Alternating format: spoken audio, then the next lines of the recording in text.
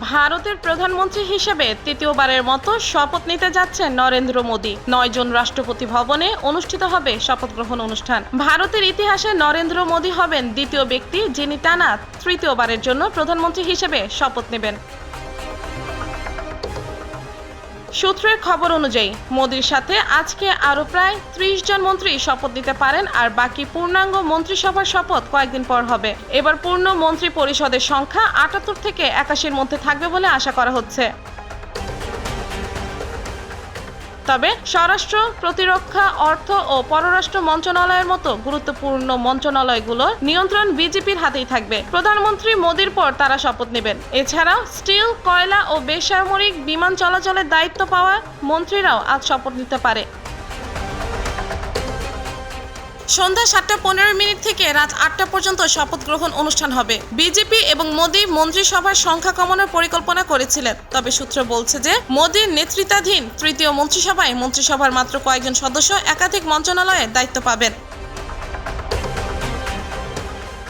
ভারতের প্রথম প্রধানমন্ত্রী জওহরলাল নেহরুর পর মোদি ভারতের ইতিহাসে দ্বিতীয় ব্যক্তি যিনি পরপর 3 বার প্রধানমন্ত্রী হবেন। জওহরলাল নেহরু 1952, 57 এবং 1962 সালে সাধারণ নির্বাচনে জয়ী হয়েছিলেন। বাংলাদেশের প্রধানমন্ত্রী শেখ হাসিনা, মরিশাসের প্রধানমন্ত্রী প্রবীন্দ্র কুমার জগন্নাথ, মালদ্বীপের প্রেসিডেন্ট মোহাম্মদ মুইজু, নেপালের প্রধানমন্ত্রী পুষ্পকমল দহল প্রচণ্ড, ভুটানের প্রধানমন্ত্রী শেরিং তোবেগ এবং সিশেলসের ভাইস প্রেসিডেন্ট আহমেদ আফিফ সহ বেশ কয়েকজন বিদেশি নেতা মোদির শপথ গ্রহণ অনুষ্ঠানে অংশ নেবেন।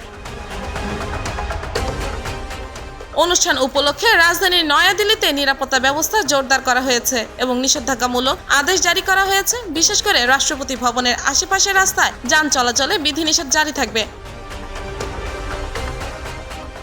মঙ্গলবার দেশটির 543টি আসনে লোকসভা নির্বাচনের ফলাফল প্রকাশিত হয়েছে। এনডিএ পেয়েছে 292টি আসন, বিরোধী জোট ইন্ডিয়া পেয়েছে 233টি আসন, অন্যান্য দলের প্রাপ্ত আসন সংখ্যা 18টি।